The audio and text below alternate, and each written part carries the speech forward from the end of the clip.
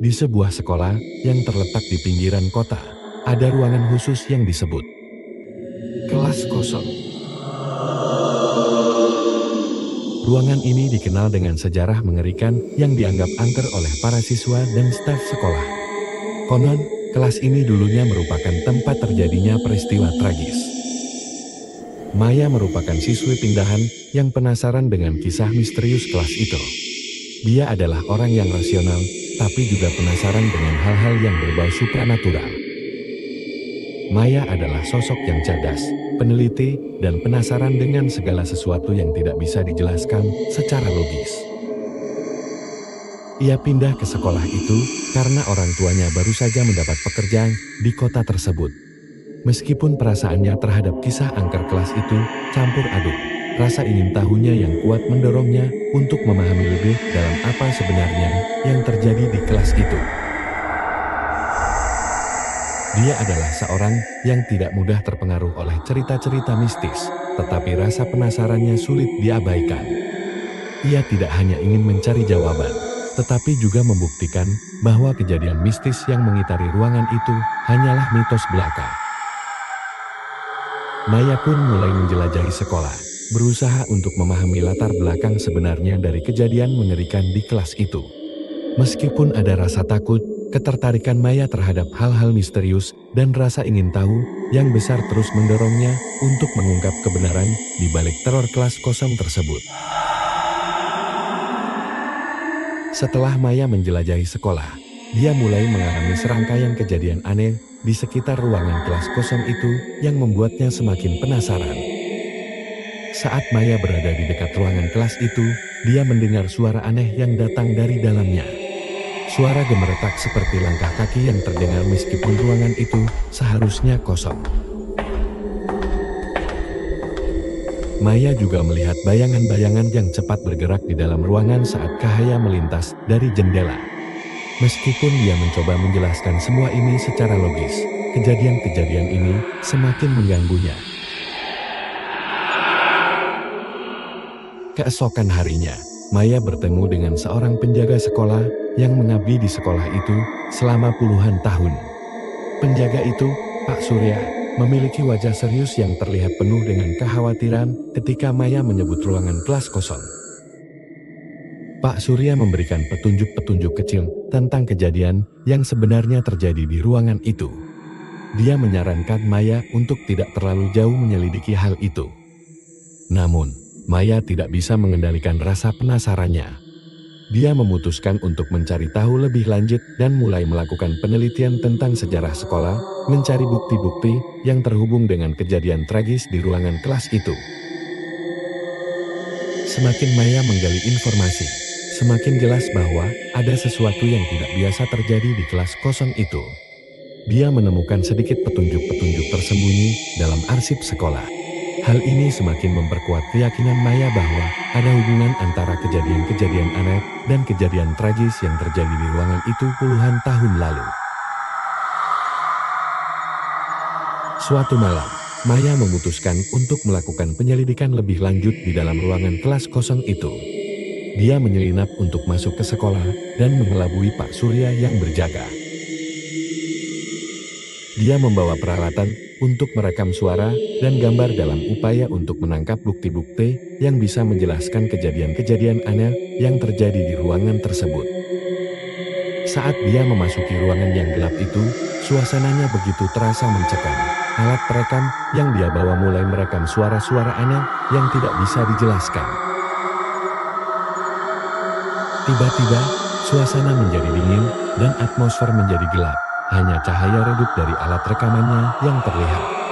Maya merasakan kehadiran sesuatu yang tidak terlihat, suatu kehadiran yang tak kasat mata.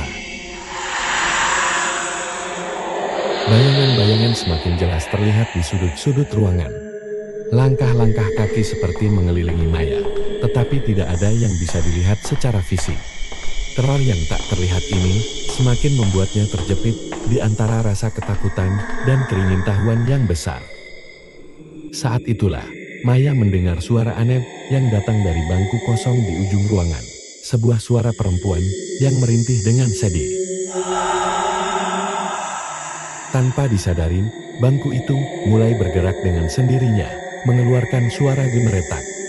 Ketika Maya mendekat, bangku itu tiba-tiba berhenti bergerak, dan ruangan menjadi sunyi seketika. Suara keras dan mencekam terdengar dari belakang Maya.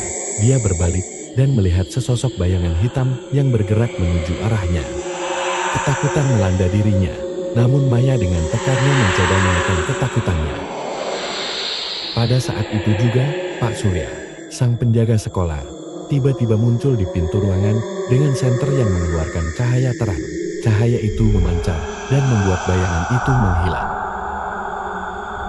Pak Surya menjelaskan bahwa entitas itu adalah roh dari siswi yang meninggal bunuh diri di kelas saat jam pelajaran berlangsung akibat frustasi dari aksi bully yang ia terima dan arwahnya gentayangan sampai sekarang. Roh itu ingin melakukan pembalasan terhadap para pembuli. Sedangkan Pak Surya merupakan salah satu saksi mata peristiwa itu. Mendengar cerita Pak Surya, rasa simpati Maya terhadap roh itu muncul dan ia ingin membantunya untuk tenang agar bisa berpindah ke alam lain. Dia menyadari bahwa tindakan yang dilakukan oleh siswi yang meninggal bunuh diri itu adalah suatu peristiwa tragis.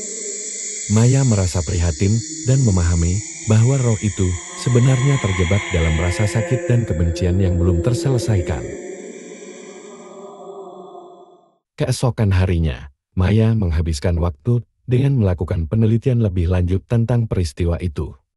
Dia menemukan informasi yang menyeratkan bahwa ada beberapa siswa di sekolah ini yang telah mengalami kasus bullying pada masa lalu. Meskipun tidak semua kasusnya seserius yang dialami oleh siswi yang meninggal itu. Maya bertekad untuk memberikan keadilan bagi roh siswi itu dan juga membantu para siswa yang terlibat dalam kasus bullying. Dengan persetujuan guru, dia mulai membuat komunitas dan mengorganisir kegiatan di sekolah untuk meningkatkan kesadaran tentang bahaya bullying dan pentingnya empati dan pengertian terhadap orang lain. Pak Surya membantu Maya dalam upayanya. Bersama-sama, mereka berhasil merangkul para siswa untuk membuka diri dan saling mendukung satu sama lainnya. Mereka berhasil menciptakan lingkungan yang lebih ramah dan aman di sekolah. Perlahan-lahan, roh siswi yang gentayangan di ruangan kelas kosong mulai menemukan ketenangan.